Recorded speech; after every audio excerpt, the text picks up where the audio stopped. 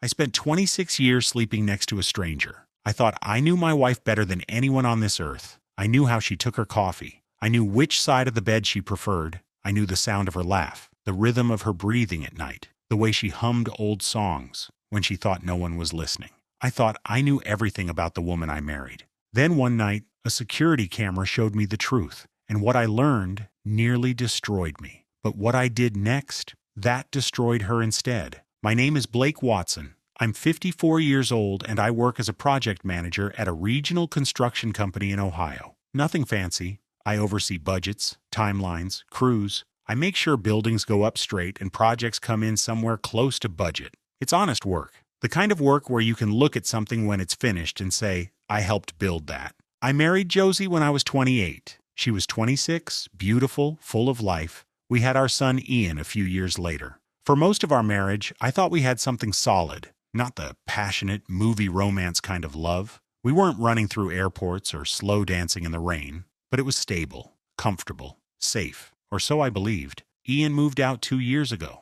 He got a job offer in Seattle, something in software development. I didn't fully understand what he did, but I was proud of him. My son, making his own way in the world. The house felt emptier after he left, quieter, but I figured that was normal. Kids grow up, they leave. That's how life works. What I didn't expect was how Josie would change after Ian left. At first it was small things. She seemed distracted, distant. She stopped asking about my day. She started going to bed earlier, claiming she was tired. But then I'd wake up at 2 in the morning and find her side of the bed empty. I assumed she was having trouble sleeping, maybe watching television downstairs, maybe reading in the living room. I didn't think much of it. Then one night, I woke up around 2 and walked down the hallway to get some water. That's when I noticed the light coming from under Ian's door. His old room, the room that had been empty for 2 years, and I knocked. There was a shuffle inside, then Josie opened the door looking flustered. She said she was just organizing old things, going through boxes, feeling nostalgic about Ian being gone. I nodded and went back to bed. But something about her expression stayed with me. She looked startled, almost guilty, like I had caught her doing something she shouldn't be doing. Now, I should mention that during this time, work had been rough. My company lost a major contract 3 months earlier, and there was talk of layoffs. After 19 years with the same company, I was suddenly worried about job security. I was stressed, distracted, not sleeping well. I told myself that maybe I was imagining things. Maybe Josie's behavior was just a reaction to my own anxiety. Women can sense when their husbands are struggling, right? Maybe she was giving me space. That's what I told myself. I'm a world-class expert at telling myself comfortable lies. The other thing bothering me was Ian. He had been calling less and less over the past few months. When we did talk, the conversations felt rushed, polite but hollow. I wondered if I had done something wrong, if I had said something that pushed him away. When I mentioned it to Josie, she waved it off and said Ian was just busy with work. Young people have their own lives, she said. Don't take it personally. But here's the thing. I noticed that Josie talked to Ian more than I did. At least, that's what she claimed. She'd mentioned conversations they had, things he told her about his life in Seattle. Yet whenever I asked to join their calls, she said the timing never worked out. It felt like I was being kept on the outside of my own family. Then came the bank statement. One morning I logged into our joint account to check if my paycheck had come through. That's when I noticed a withdrawal I didn't recognize.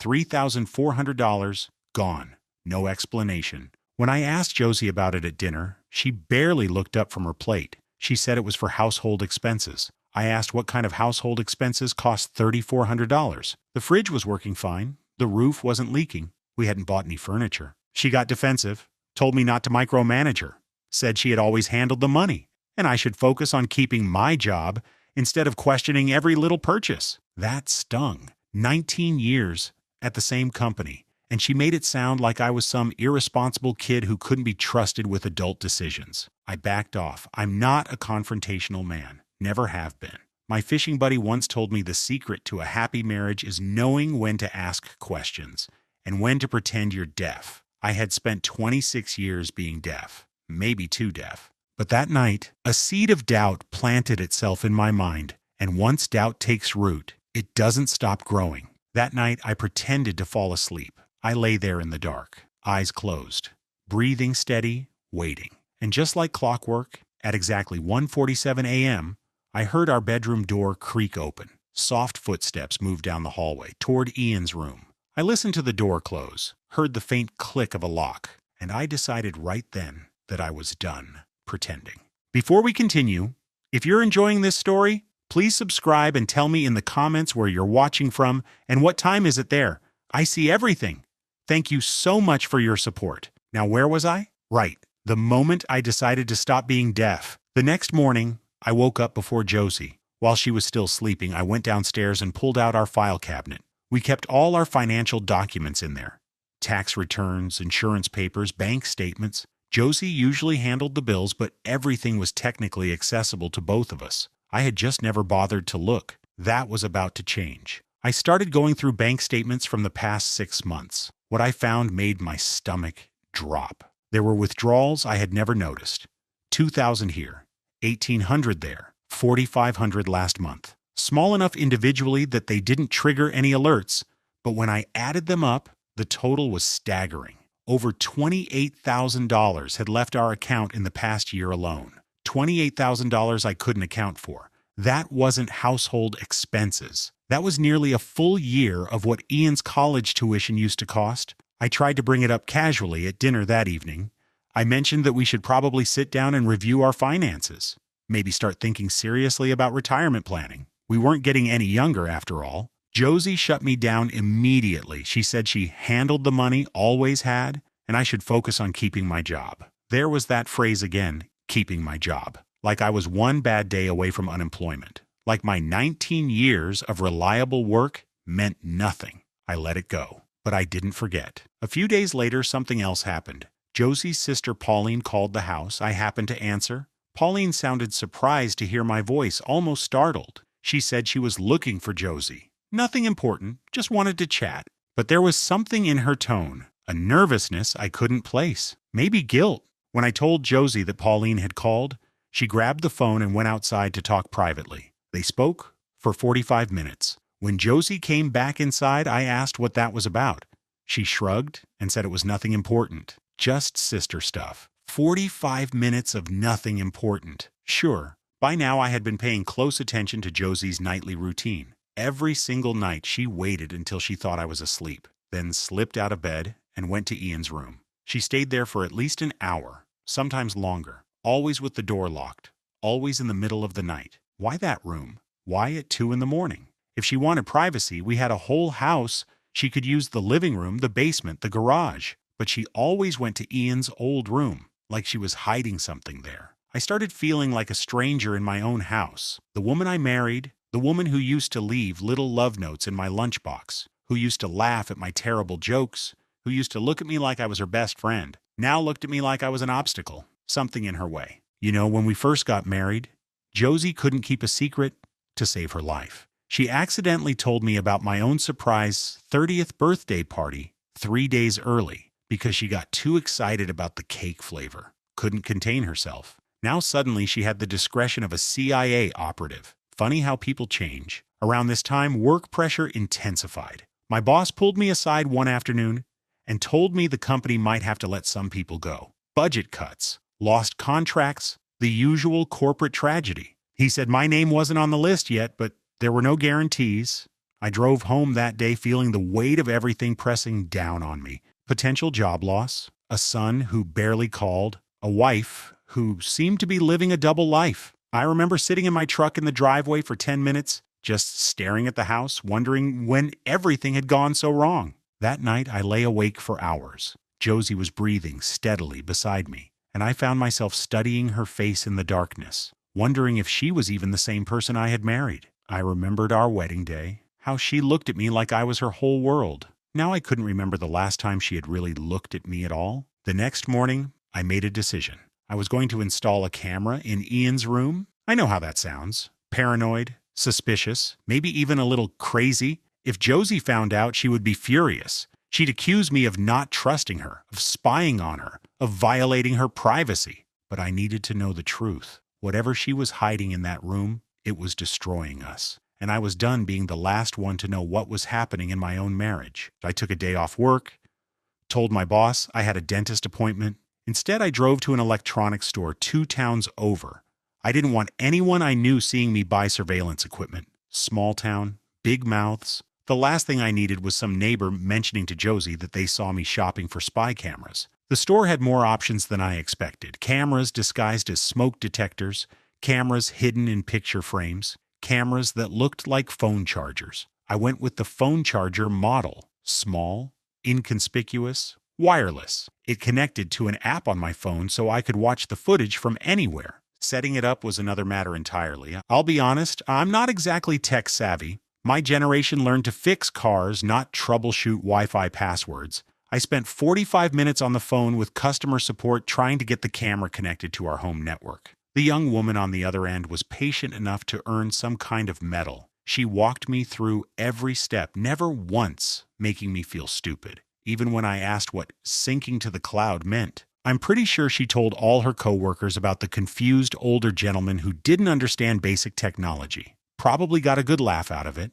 I hope I made someone's day a little more entertaining. That afternoon, while Josie was at her book club, or wherever she actually went on Tuesday evenings, I installed the camera in Ian's room. I positioned it on the desk, facing the chair where Josie seemed to spend most of her time. I had noticed the chair cushion was worn down, and there was a stack of papers tucked in the desk drawer. Whatever she was doing in there, the desk was the center of operations. That night, I waited in the garage, pretending to organize tools. My phone was propped up on the workbench, the camera app open. At 1:52 a.m., the motion sensor triggered. Josie entered Ian's room. She closed the door quietly behind her. Then she did something I never expected. She reached under Ian's old bed and pulled out a laptop. A laptop I had never seen before. Not the family computer, not her tablet. Something completely separate, completely hidden. She opened it and started a video call. The audio was muffled. I hadn't positioned the camera close enough to pick up clear sound, but I could see enough. She was talking to a man, smiling, laughing, leaning toward the screen in a way she hadn't leaned toward me in years. There was an intimacy in her expression that made my chest tighten. Then she opened a manila folder and started showing him documents. I couldn't make out the details at first, but I recognized the format. Bank statements, our bank statements, and then she held up another document, larger, official looking, the deed to our house. My heart stopped. I watched my wife of 26 years showing a stranger the deed to our home, pointing at something, nodding along to whatever he was saying. At one point she mentioned Ian's name. I caught fragments, something about everything being ready, and Blake doesn't suspect anything. My own son's name, spoken in the context of this betrayal. Was Ian part of this? Had my own child turned against me? The next morning, I called the bank. I asked for detailed records of all transactions going back 2 years, to when Ian had moved out. The representative was helpful, professional. She probably sensed something was wrong from my voice. What I discovered made the $28,000 I had already found look like pocket change. Josie had been transferring money to a separate account, an account I didn't even know existed. The total over the past 2 years, $68,000. I sat in my truck for 20 minutes after getting those documents, just staring at the numbers. $68,000. Gone. Hidden. Stolen from our joint life savings by the woman who promised to love me until death do us part. I always knew Josie was better with money than me. She balanced the checkbook, paid the bills, kept track of everything. I just didn't realize she was that good. She had been running a side operation more efficiently than our actual household.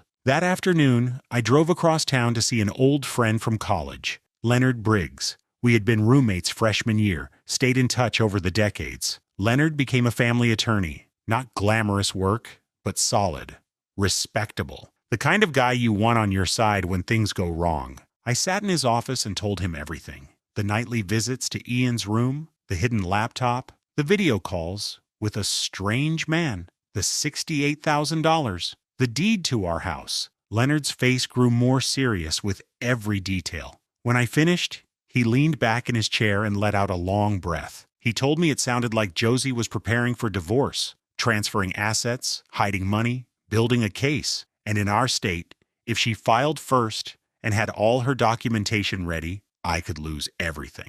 The house, the savings, the retirement accounts, all of it. But Leonard also gave me hope. He said if I could prove fraud, intentional hiding of marital assets, the whole situation would flip in my favor. Josie would lose her leverage. She might even face legal consequences. His advice was simple: don't react yet. Gather evidence. Build my own case. and find out who that man on the video call was. Because if there was an affair involved, it changed everything. I drove home with a new sense of purpose. For weeks, I had felt like a victim, confused, hurt, blindsided, but not anymore. I was done being the victim of this story. For the next 3 weeks, I became the best actor of my life. Every morning, I woke up next to Josie and smiled like nothing was wrong. Every evening, I sat across from her at dinner and asked about her day like I actually cared about her answers. Every night, I pretended to fall asleep and waited for her to slip out of bed and disappear into Ian's room. And every night after she left, I reviewed the footage. The first few recordings were frustrating. The audio was too muffled to catch details. I could see Josie talking, see her expressions, but I couldn't hear what she was saying. After a few days, I repositioned the camera, moved it closer to the desk, angled it toward where she sat during her calls. That made all the difference. Now I could hear everything. Josie discussing the timeline with the man on screen, talking about when to file, laughing about how I worked so hard and had no idea where the money went. Each recording made my stomach turn, but I forced myself to stay calm, to stay patient. Patience was my weapon now. Through careful research and with help from my nephew, who taught me how to do a reverse image search, I identified the man on the video calls. His name was Warren Prescott. According to his website, he was a financial consultant who specialized in asset protection for clients going through divorce. In plain English, he helped spouses hide money before the legal battle began. Warren's website was full of testimonials from satisfied clients, women who had secured their futures with his help, men who had protected their legacies. It was all very polished, very professional, but I could read between the lines. This guy made a living helping people steal from their partners. I also learned something interesting about Warren's schedule. All his client calls happened after midnight, every single one. At first, I thought that was strange. Who wants to do business at 2 in the morning? Then I understood. He scheduled calls late at night because his clients' spouses were less likely to notice. No suspicious phone records during business hours. No risk of someone coming home unexpectedly. Just quiet, secret conversations while the betrayed partner slept peacefully in the next room. Smart, evil, but smart. The next step was figuring out if Ian was involved. The thought had been eating at me since that first recording. My own son conspiring with his mother against me? I couldn't believe it. I didn't want to believe it. So I called him. I kept my voice casual, asked how work was going, how life in Seattle was treating him. We talked about the weather, about his apartment, about nothing important. Then carefully, I asked if he had talked to Mom lately. There was a pause, a hesitation that told me everything. Ian admitted that Josie had been calling him every week, crying about how stressed she was, complaining about how I didn't appreciate her, didn't understand her, didn't make her feel valued. She had been hinting that she was thinking about making changes in her life. Ian said he didn't know what to do. He didn't want to take sides. He didn't want to get involved. Poor kid. He had been manipulated just like me. I told Ian not to worry. I said I was just checking in, making sure everything was okay. I didn't tell him about the cameras, the recordings, the $68,000. Not yet. He didn't need that burden. Not until I was ready to act. After we hung up, I felt a wave of relief. Ian wasn't part of the scheme. He was a victim too. That meant when the truth came out, I wouldn't lose my son along with everything else. Meanwhile, I kept building my evidence file. I documented everything. Screenshots of the video calls, timestamps of Josie's nightly visits, bank records showing every suspicious transfer, and then I found the worst piece of all. Hidden in the desk drawer in Ian's room, I found a property deed. But not just any deed, a prepared filing to transfer our house into a trust controlled solely by Josie. And at the bottom, there was a signature line with my name, forged. She had practiced copying my signature. The loops, the angles, the pressure. It was close enough to fool someone who wasn't looking carefully. But I knew my own handwriting, and I noticed she couldn't quite get the loop on the W right. Too tight, too hesitant. My wife was trying to steal our house right out from under me. I made 3 copies of everything. One for Leonard, one for a safe deposit box at a bank across town, one hidden at my fishing buddy's house. If Josie somehow discovered what I knew, I wanted backup plans. For my backup plans. Around this time, Josie started getting bolder. She mentioned at dinner that she had been thinking about their future and suggested we should reevaluate our assets.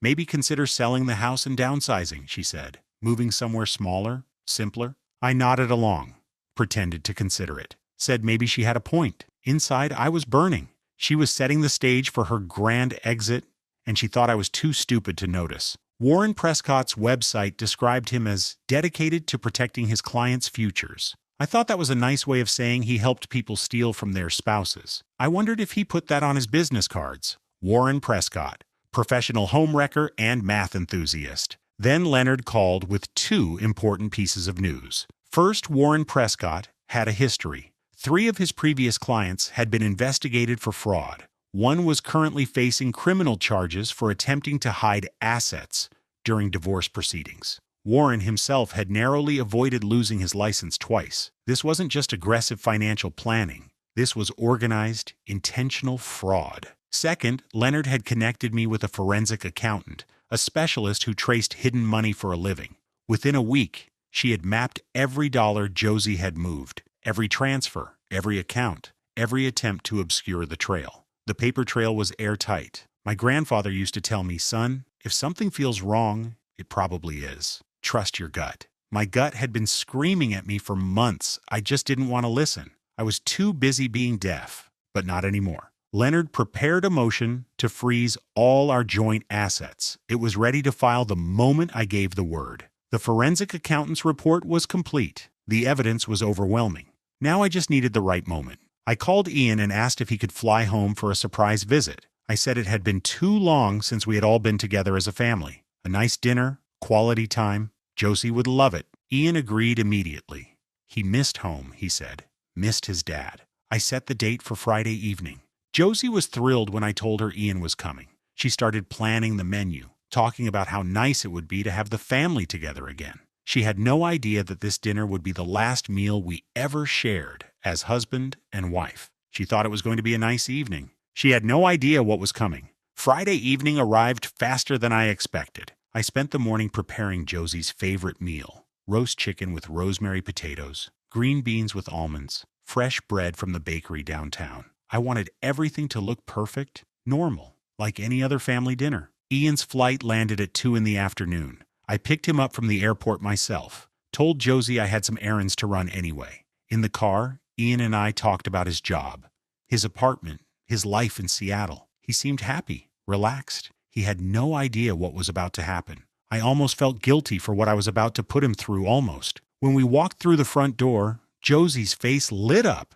She rushed over and hugged Ian like she hadn't seen him in years, told him how much she missed him, how proud she was of him, how handsome he looked. It was a convincing performance. Academy Award? Worthy. I watched her embrace our son and wondered how long she had been this good at pretending. How many lies had she told with that same warm smile? How many times had she looked me in the eye and said she loved me while plotting to take everything I had worked for? Dinner was pleasant on the surface. We talked about Ian's projects at work, about the weather in Seattle, about old family memories. Josie laughed at the right moments, asked the right questions, played the role of devoted mother and wife flawlessly. If I hadn't seen the recordings, I would have believed every word. After dinner, we moved to the living room. Josie suggested coffee. I said I had something to discuss first. The room got quiet. I reached under the couch and pulled out a folder. A thick folder, stuffed with documents I had been collecting for weeks. Josie's smile flickered. Just for a moment. Just enough for me to notice. I started simple. I asked her about the $68,000 that had disappeared from our accounts over the past 2 years. I kept my voice calm, conversational, like I was asking about the weather. Josie's face went pale. She stammered something about investments, about saving for our retirement, about how she was going to tell me eventually. She just hadn't found the right time. I nodded slowly. Then I opened my laptop. The video played on the screen. Josie watching herself, sitting in Ian's room, talking to Warren Prescott, showing him our bank statements, laughing about how I worked so hard and had no idea where the money went. The audio was crystal clear now. Every word, every chuckle, every casual reference to handling Blake when the divorce goes through. The room was silent. Ian stared at his mother with an expression I had never seen before. Confusion, disbelief, betrayal. Josie tried to recover. She said Warren was just a financial advisor. She was confused about our finances and needed professional help. She didn't mean any harm. It was all a misunderstanding. I pulled out another document, the forged deed, her attempt to transfer our house into a trust she controlled, with my signature copied at the bottom. I pointed to the W, the loop she couldn't quite get right no matter how many times she practiced. I showed her the email chain Leonard had obtained, messages between her and Warren discussing strategy, how to time the divorce filing, how to ensure I wouldn't have time to react, how to make sure she got the house, the savings, and enough alimony to live comfortably, while I scrambled to rebuild from nothing. Her hands were shaking now. The confident woman who had controlled our household finances for 26 years was crumbling in front of me. Then I told her about Pauline, her sister, her accomplice. Pauline had opened the secret bank account in her own name to avoid detection. The $68,000 had been funneled through Pauline's account before being moved to wherever Josie planned to hide it. Pauline was Josie's safety net, her escape fund, her partner in crime. But Pauline was also cooperating with investigators now. Leonard had contacted her 2 days ago. Faced with potential fraud charges, Pauline had folded immediately. She was providing documentation, bank records, everything. She was saving herself by burying her sister. Ian stood up. His face was red, his jaw tight. He told his mother he couldn't believe she would do this. For months, she had been calling him, crying about how Dad didn't appreciate her, making him feel guilty for not taking her side. And this whole time, she was the one betraying the family. She was the liar. She was the thief. He said he needed some air and walked out the front door. Josie called after him, but he didn't turn around. I let the silence hang for a moment. Then I continued. I told Josie that she always complained I didn't pay attention to details, that I forgot anniversaries, that I couldn't remember where she kept the Christmas decorations. Turns out I pay attention just fine. I just needed the right motivation. Leonard had filed the asset freeze motion 1 hour ago, while we were eating dinner. By now, every account connected to her name was locked. The hidden savings, Pauline's account, everything. The forged deed had been reported to the county clerk's office. Warren Prescott was under investigation again, his third time. The forensic accountant's report documented every fraudulent transfer with timestamps and account numbers. And because Josie had attempted fraud, forging documents, hiding marital assets, conspiring to deceive the court, she had forfeited her right to claim anything in the divorce. She wasn't getting the house. She wasn't getting the savings. She wasn't getting alimony. She was getting nothing. Josie sat on the couch, mascara running down her cheeks, the life she had carefully planned crumbling around her. She looked small, broken, pathetic. I stood over her and said something I had waited months to say. I told her that for 26 years, I gave her everything I had, my loyalty, my trust, my future, and she tried to take the rest. She tried to steal from me while I slept in the next room. She tried to turn my own son against me. She tried to leave me with nothing. But I was done being deaf. The weeks after that dinner were chaotic, but in a strangely satisfying way. Josie moved out the next morning. She packed 2 suitcases and drove to Pauline's house, which I found ironic, considering Pauline was the one who had betrayed her to save herself. I imagine those first few days were tense. 2 sisters, both guilty, both trying to blame the other for how everything fell apart. From what I heard later, the tension became unbearable within a week. Pauline accused Josie of dragging her into a fraud investigation. Josie accused Pauline of being a coward who flipped at the first sign of trouble. They went from lifelong confidants to bitter enemies in the span of a few days. Warren Prescott dropped Josie as a client the moment he learned she had kept records that could implicate him. Emails, call logs, detailed notes about their strategy sessions. Josie had documented everything, probably thinking it would protect her somehow. Instead, it became evidence against both of them. Warren's practice was already under investigation. Josie's case was the final straw. Within a month, he was facing multiple fraud charges from multiple clients. His license was suspended pending review. Meanwhile, I was breathing fresh air for the first time in years. I started going to the gym. Nothing intense, just 30 minutes on the treadmill, some light weights, enough to get the blood moving. I hadn't exercised regularly since my 30s. Back then I stopped because life got busy. Work, family, responsibilities. Now I realized I had stopped because I was tired. Not physically tired, but emotionally exhausted from carrying a marriage that was draining me without my knowledge. I reconnected with old friends, guys I hadn't seen in years. We went fishing, watched football, did the things men do when they're not walking on eggshells at home. More than a few of them admitted they never liked Josie. They thought she was cold, controlling, dismissive. They just never said anything because they didn't want to interfere. I wish they had interfered, but I understood why they didn't. You can't save someone who doesn't know they need saving. My fishing buddy told me I looked 10 years younger. I laughed and said it's amazing what happens when you stop carrying around a $68,000 secret. He said that was the most expensive diet he had ever heard of. The best part of those weeks was Ian. He flew back to Seattle after that terrible dinner, but he called me the next day, and the day after that, and the day after that. For the first time in months, we actually talked. Not the polite, surface-level conversations we had been having, but real conversations about what happened, about how he felt, about how we both had been deceived. Ian apologized for being distant, for believing his mother's version of events, for not calling more often. I told him there was nothing to apologize for. We were both victims of the same lie. What mattered now was that we had each other. Everything else could be rebuilt. A few weeks later, Ian flew home for a long weekend. We went fishing at the lake where I used to take him when he was a kid. Sat in the boat for hours, barely catching anything, just talking. It was the best weekend I'd had in years. Work improved too. The company didn't just avoid layoffs. We landed a major new contract with a hospital system expanding across 3 counties. My boss called me into his office and told me I was being promoted to regional manager. 30% salary increase. More responsibility, but also more respect. I laughed when I got home that night. The universe has a sense of humor. Right when I thought I was going to lose everything, I ended up with more than I started. The divorce itself was swift. Leonard handled everything with surgical precision. Because of Josie's attempted fraud, because of the forged deed, because of the forensic accountant's documentation, the settlement heavily favored me. I kept the house, the retirement accounts, and most of the savings. Josie got minimal alimony for 2 years. Leonard argued successfully that she was capable of working and had simply chosen not to.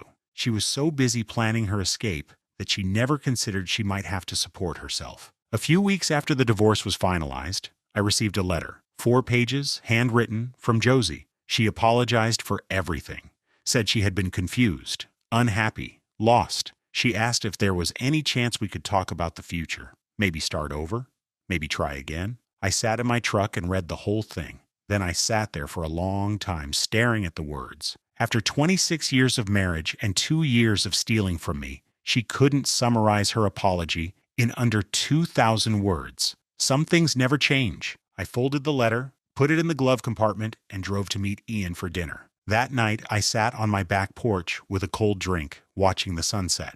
The house was quiet, but it was a good quiet, a peaceful quiet. For the first time in longer than I could remember, I felt like myself again. I thought about everything I had lost, but more importantly, I thought about everything I had kept. My integrity, my son, my self-respect, those were worth more than any amount of money. 6 months passed. The house looked different now.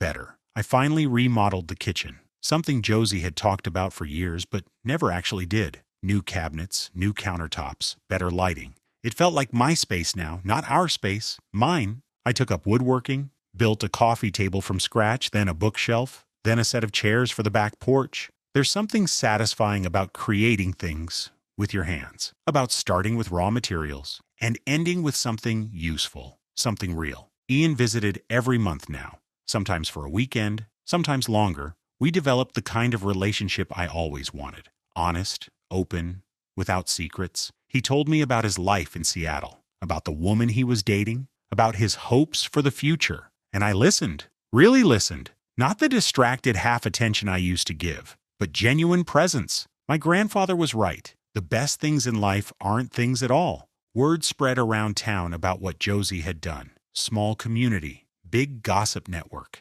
Some people whispered behind my back. Others shook their heads in disbelief. A few came up to me directly and said they were sorry, that they had no idea, that they hoped I was doing okay. I didn't add to the gossip, but I didn't deny it either. When people asked what happened, I told them simply that marriage is built on trust. And when that trust is gone, so is the marriage. One afternoon, I ran into Josie's old book club leader at the grocery store. She was a pleasant woman, always friendly when we crossed paths. She told me that after the news broke, Josie had been voted out of the book club. I said I didn't know that was possible. She laughed and said, "Oh, honey, there's a lot you can vote people out of when they try to steal from their husband." I laughed too. First real laugh I'd had in months. Pauline avoided criminal charges by cooperating fully with investigators. She provided every document, every email, every bank record. Her testimony helped build the case against Warren Prescott. But her relationship with Josie was destroyed. Sisters who once talked daily now didn't speak at all. I found no joy in that. I never wanted to hurt anyone. I just wanted to protect myself and my son. But actions have consequences. Pauline made her choice when she helped Josie open that secret account. She made another choice when she decided to save herself. Now she lives with both. Warren Prescott's practice was shut down permanently. His license was revoked. I read about it in the local paper, a small article in the business section.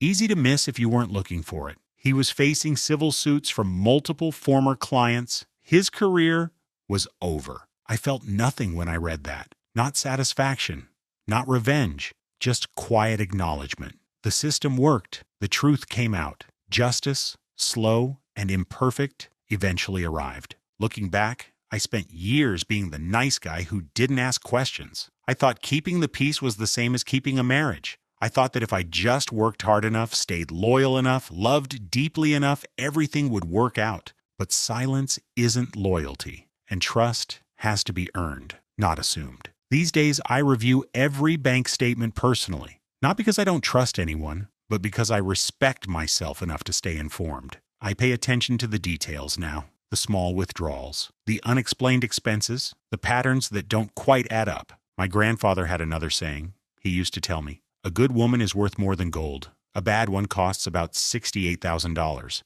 I didn't understand that joke until recently. The moral of my story is simple. People will treat you the way you let them. For years, I let Josie handle everything. Didn't question, didn't push back, didn't demand transparency, and she took advantage of that trust. Now I live differently.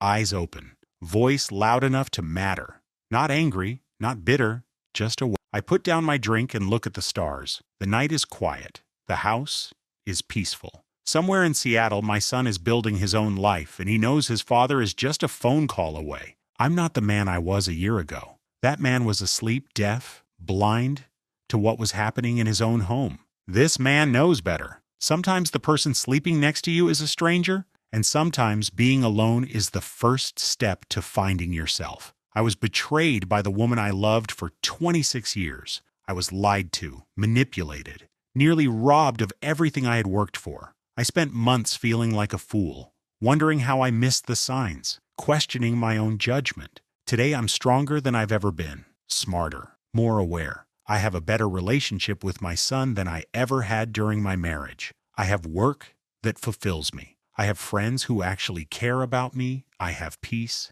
Thank you so much for watching. More of my most gripping stories are already on your screen. Click one now and don't miss the best part. You will love it. See you in the next story.